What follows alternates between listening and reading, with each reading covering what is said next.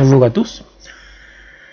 Des petites réflexions concernant ce qui s'est passé avec le Super Mardi, donc ce processus électoral qui permet à des délégués de préférer ou non un candidat. Hein. C'est pas la nomination, c'est pas le processus de la nomination, mais c'est un processus très très important parce que le système électoral américain est un bordel absolu et à la surprise ou non de la plupart, le grand vainqueur du Super Mardi a été Joe Biden. Euh, et en général, si vous gagnez au Super, il n'a pas gagné, mais il est l'un des premiers avec Sanders, Bernie Sanders. Mais il a gagné dans des États assez importants comme la Virginie et le Texas. Alors, moi, il y a un site que je consulte principalement pour avoir une idée de ce qui se passe, c'est ThreadDeep, qui est très bien, qui est très sourcé, etc., qui a différentes opinions. Et un autre, c'est Informed Command de OneCall, mais qui est aussi syndiqué par ThreadDeep parfois. Donc je mettrai deux.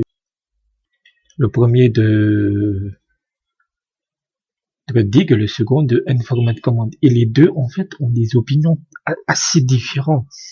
OneCall, donc Informed Command, va être beaucoup plus coulant sur la candidature et peut-être même une victoire de Biden contre Trump. Parce que lui, il estime en fait que Biden serait capable de battre Trump, ce qui n'est pas du tout le cas de l'article de ThreadDeep, qui dit que non, ça va pas aller parce que tout simplement Biden, pardonnez-moi l'expression, c'est une Hillary avec une bite. En gros, c'est-à-dire que c'est un clone d'Hillary Clinton, c'est-à-dire que c'est un candidat de l'establishment qui ne veut rien changer. C'est-à-dire que c'est pas, si vous êtes anti-Trump, c'est-à-dire que vous êtes contre Trump, vous considérez que c'est un facho, alors une victoire de Biden vous ferait plaisir, mais juste à moitié. C'est-à-dire qu'il ne va rien bouleverser, mais il est pour le néolibéralisme, il est pour la guerre, il a été par exemple un grand soutien de la guerre en Irak, il a voté la loi qui permet l'incarcération de masse aux États-Unis. Le mec est tout sauf un gauchiste, si vous voulez. Et ce que l'article dit, c'est que c'est désastreux que les démocrates utilisent de nouveau la même tactique encore et encore pour essayer de faire passer leur candidat, un candidat totalement corrompu par le système. En gros, c'est ça Biden en fait. Parce que c'est la même technique qu'ils avaient utilisée pour promouvoir Hillary Clinton. Clinton avait beaucoup plus d'argent que Trump dans sa campagne, pourtant Trump a gagné. Pourquoi? Parce que vous avez eu les mails qui montraient une incompétence absolue. Vous avez eu la révélation que Clinton avait fait beaucoup de promesses aux banquiers de Wall Street. Vous avez eu une espèce de dégoût général envers le peuple et en fait Clinton représentait tout ce qui dégoûte la classe populaire américaine. Voilà. Et Biden, c'est exactement la même chose. Donc, je vois pas en quoi le résultat pourrait changer. Voilà. Maintenant, Sanders s'est bien comporté. C'est-à-dire, il a fait de bons scores, mais on n'a pas ce raz de marée qu'on attendait de la gauche américaine. Toutefois, il s'est bien comporté. Aujourd'hui, vous avez deux candidats pour la nomination. Il y a Sanders. Il y a d'abord Biden en premier et Sanders. Et parmi les analystes, ça dépendra de Warren. Warren et Bloomberg se sont fait littéralement démonter leur race, en sachant que cela montre aussi que tu peux mettre autant d'argent que tu veux dans les élections, bah, parfois ça marche pas, quoi. Parce que Bloomberg a mis des milliards de dollars pour avoir quelques délégués et ça n'a pas vraiment marché. Il n'a pas eu, parce qu'en fait, il a avoué mardi que la stratégie de Bloomberg, c'était de casser la convention démocrate, c'est-à-dire de créer un vrai bordel pour écarter les candidats favoris des démocrates et ensuite de se poser comme un sauveur. C'était ça sa stratégie. C'est-à-dire que quand vous avez une convention démocrate, vous avez des délégués de chaque État, de chaque district.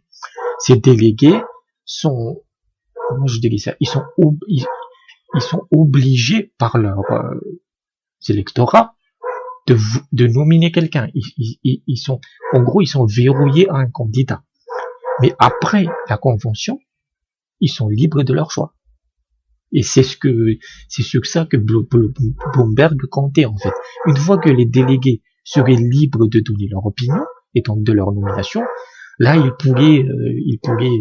aurait pu avoir sa chance Bloomberg, mais ça ne s'est pas du tout passé comme ça. Donc, dans le cas de Warren, elle s'est très mal comportée dans les scores pour une simple raison, c'est que son programme est équivalent à celui de Sanders, mais en moins radical.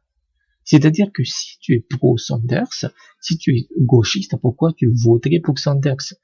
En France, je prends l'exemple français, imagine que tu es pour les politiques, le programme électoral de la France insoumise, et tu voterais François Bayrou. C'est une métaphore à la con, ça n'a rien à voir en fait, parce que le paysage politique Warren n'est pas du tout Bayrou, c'est quelqu'un de beaucoup plus courageux, mais voilà à peu près ce qui se passe en fait. Ce qui fait que ça marche pas. Si tu es de la gauche radicale, tu vas voter pour Sanders, et puis voilà. Et si tu n'aimes pas Sanders, si tu n'aimes pas les socialistes, tu vas voter pour Biden. Et à la limite, tu vas voter ensuite pour Trump. Tu t'en fous en fait. Ça, c'était un vrai souci. Warren n'était pas assez radical dans cette élection. La meilleure des solutions serait que Warren abandonne les élections, abandonne sa candidature et soutienne Sanders. Sanders ne gagnerait pas grâce à Warren, mais ça lui ferait du bien dans les scores. Donc, Bloomberg a abandonné et il a soutenu Biden. Bloomberg a abandonné. Warren, on ne sait pas trop. Mais un gros problème de Sanders, et ça nous présage une victoire de Trump, c'est qu'il a été désastreux auprès des Blacks. Les Blacks n'ont pas du tout voté pour lui, en fait. Il n'a eu que 17 ou 18% du vote des Blacks, et ça, c'est un vrai souci avec la gauche américaine, à la limite communautariste, qui peut parler aux musulmans, aux juifs, aux LGBT, tout ce que tu veux, mais qui ne parle pas, et qui n'est pas perdu, qui ne parle pas à 25% de la population américaine, qui sont les Blacks. 25, quasiment 30% maintenant. En revanche, donc Sanders n'a pas vraiment convaincu les Blacks. Biden a le soutien des Blacks. En fait, il a le soutien partiel des Blacks, mais surtout d'une grande partie de la classe blanche américaine. De la classe moyenne. Ensuite, le problème de Biden, en fait, c'est son nom. C'est-à-dire que on a eu toute cette affaire autour de son fils qui était dans une firme consultant pour l'Ukraine, et ça, c'est des munitions délicieuses pour Trump. Voilà. C'est-à-dire, on a toujours le même népotisme. La famille Biden, c'est une grande famille. C'est une grande famille spécialiste de la fils de puterie. C'est-à-dire que, voilà, on met ses propres enfants un peu partout, on met ses proches dans des postes importants, etc. À la manière de Trump. Trump fait la même chose. Ce qui fait que comment tu peux battre Trump avec les mêmes tactiques? Les républicains vont l'éviscérer sur ces domaines-là. Ils vont sortir toutes les affaires et il entraîne pas mal vis-à-vis de sa famille, en fait, pendant son combat contre les républicains. Donc, les démocrates ont choisi le statu quo avec Biden. Ils ont choisi une espèce de candidat mollasson qui ne fait pas trop de vagues, Biden va supprimer la réforme fiscale de 2017 de Trump, s'il est élu, s'il gagne. En soi, c'est une bonne chose parce que cette saloperie de réforme fiscale, c'est uniquement, ça a surtout profité aux riches. Trump a fait croire que ça a profité à des ménages modestes, mais c'est pas vrai. C'est pas du tout vrai, ça a surtout profité aux riches. Sur le changement climatique, il est plus que modéré, il est pour la réduction des émissions de CO2. Il veut faire le fameux New Green Deal, mais pas trop.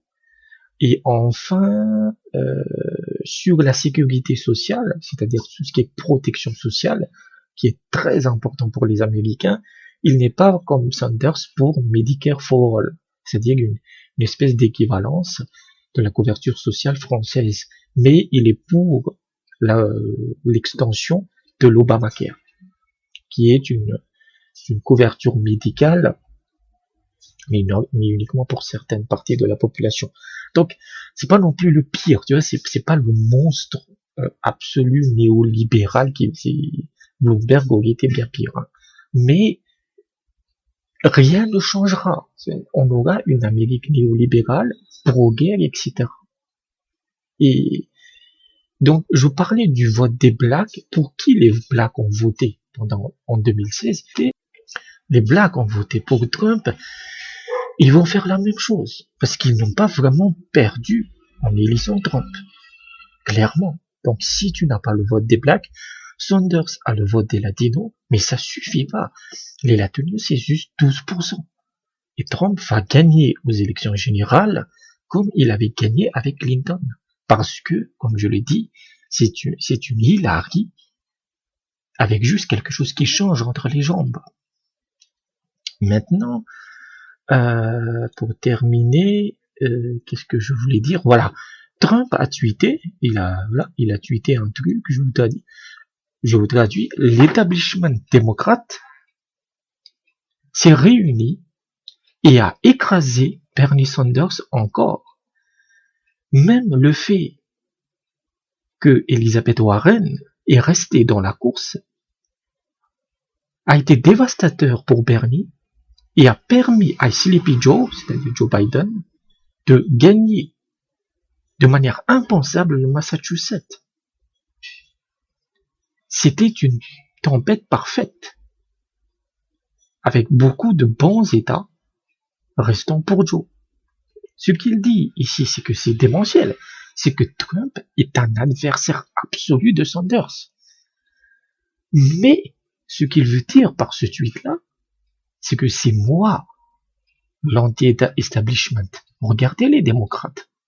Regardez les démocrates, ils ont détruit leur propre candidat anti-establishment, anti-système.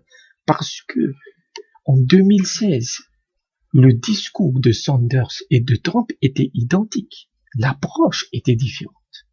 C'était tous les deux qui ont prôné l'anti-système. Et ce que Trump veut dire par ce tweet, c'est que, les mecs, si vous voulez continuer à réformer le système, et que vous détestez la corruption des démocrates, vous détestez toutes ces salopards, élisez-moi de nouveau. Et voilà, c'est comme ça en fait. Donc, c'est terrible que les démocrates, c'est un parti en pourrissement total qui n'arrive pas à se réformer parce que il est corrompu jusqu'à la moelle. Il est corrompu jusqu'à la moelle et on ne sait pas ce que ça peut donner sur le long terme. Voilà. Si Biden gagne, bon, tu auras le statu quo. Mais si Biden perd, qu'est-ce qui va rester? En sachant que moi, je ne m'attache pas à Bernie Sanders. Ce qui m'intéresse, c'est le parti derrière. C'est le mouvement qu'il a occasionné. Et on remarque que depuis 2016, les partisans de Sanders sont en constante augmentation. Donc tôt ou tard, ça va basculer. Sanders est assez âgé. Un autre candidat beaucoup plus jeune, beaucoup plus percutant pourrait prendre sa place. Et là, on pourrait voir des trucs. Cette gauche américaine, il faudra la regarder de très près. C'est pas pour 2020 ou même 2024. Ce sera pour plus tard. Tôt ou tard, ça va changer. Et si cette gauche sandérienne ou sandersienne prend un jour le pouvoir, peut-être dans 5 ans, peut-être dans 10 ans, là, ça va changer le monde. Définitivement. Donc, c'est triste que Sanders soit battu de nouveau, mais parce que maintenant il ne pourra plus se représenter, mais il faut soutenir le mouvement. Le mouvement qu'il a lancé, cette espèce d'alliance des insatisfaits du système, c'est quelque chose qu'il faudra surveiller. Donc voilà ce que je voulais dire. Merci et à bientôt.